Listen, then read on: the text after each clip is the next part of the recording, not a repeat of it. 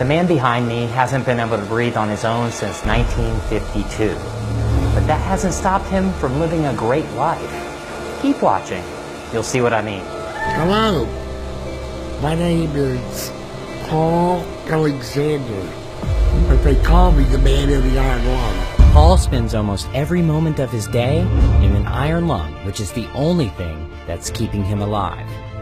That's because he's paralyzed from the neck down, so without it, he can't breathe.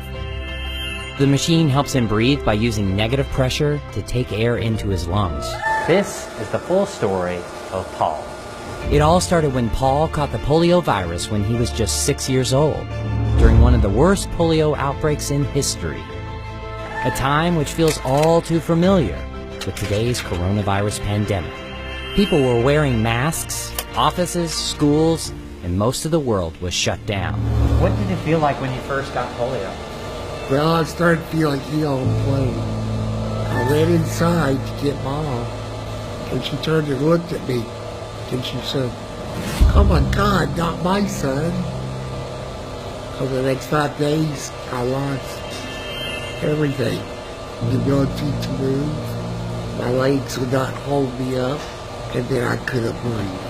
He was at home under the care of his mom and dad, and they realized he wasn't breathing. They rushed him to the hospital, and the emergency room physician examined him and pronounced him dead.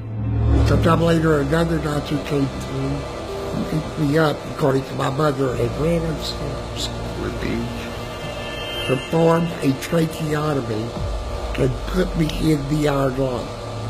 This would make anyone feel like giving up. But just wait. You'll see that that isn't the case. I didn't want to die, so I continued to fight. So Paul did everything he could to get better. He fought against polio every day. It was hard, painful, and tiring. But I never gave up, and I'm not going to. 18 months later, he left the hospital and came to his residence in Dallas, Texas, but his life was never going to be the same. He couldn't play sports, he couldn't go to church, and he couldn't hang out with his friends. People didn't like me very much back then.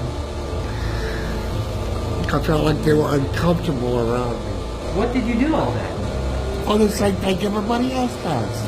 I woke up, brushed my teeth, washed my face, shaved, had some breakfast.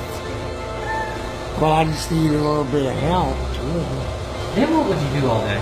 Well, I would read or study something, paint a picture or do some drawing. I hated just watching TV. Paul worked hard to graduate with honors from high school, but I did not get into college. They said that I was too crippled and did not have the vaccination. he didn't accept that. 2 years of tormenting them to death. They accepted me on 2 conditions. One, that I take the polio vaccine, and 2, that a fraternity would be responsible for me. Finally, something good happened. I wanted to be a lawyer for a long time. After years of hard work, Paul passed the bar and became a lawyer. And I was a pretty damn good one, too. But he didn't stop there. With the help of a pen attached to a stick, Paul wrote his own biography entirely with his mouth. So why write a book?